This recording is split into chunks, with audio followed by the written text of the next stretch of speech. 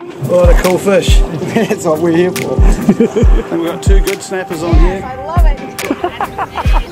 Welcome to this week's episode of Journey of a Fisherman. It's only about a week out from Christmas, so I thought I'd give you a bit of a roundup what's happened in November and December. Going forward, this is going to be a regular feature of Journey of a Fisherman. We're going to keep you up to date what we've been up to, what's biting, what tackle and equipment we've been using, and of course what's coming up in the future. For the last 6 weeks we've had some absolutely breathtaking fishing, both offshore at the Mokohina Islands and inshore in the Bream Bay area. In November I think we've had some of the best fishing I've witnessed in the Bream Bay area for many years. The workups have been absolutely insane, with large numbers of big snapper feeding very high up in the water column, and most of the action has only been minutes from the boat ramp. Check this out behind me. We've got gannets going everywhere right now. This is primo fishing, Bream Bay. Don't have to go far from home. I think we've got two good snappers on here. Oh, Sandy's hooked up as well.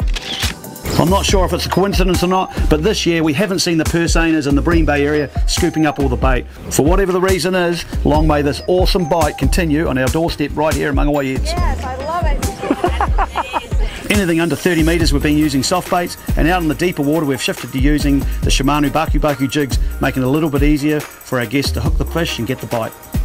The Mokohina Islands is really fired up this November and December. Water temps have been rising at a really slow and steady rate, which ensures consistent fishing. We've not been getting the huge numbers of kingfish as we do in midsummer, but what we have been catching has been quality fish in prime condition. What do you want to come to New Zealand for? Catch a big kingy! Woo! Well, you've done that in style. And most of these great kingfish have been coming from shallow water.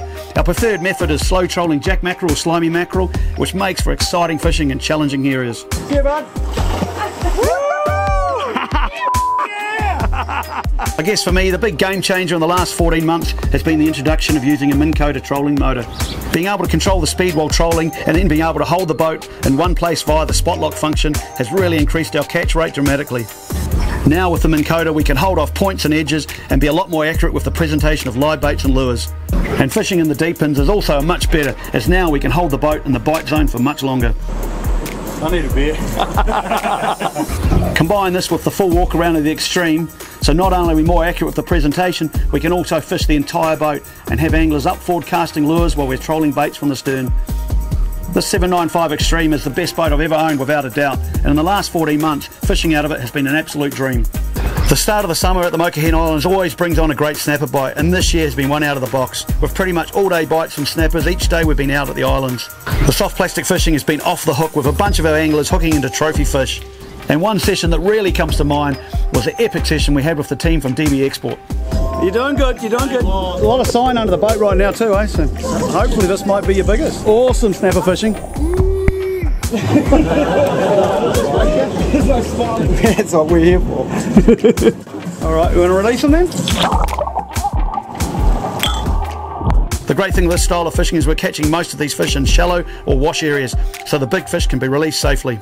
A lot of the big snappers and kingfish are holding under or off to the side of the surface feeding trevally and kahawai schools. The Mokohina Islands is famed for these large schools of fish up on the surface, and for all the many years I've fished out there, it's a daily sight that you never tire of.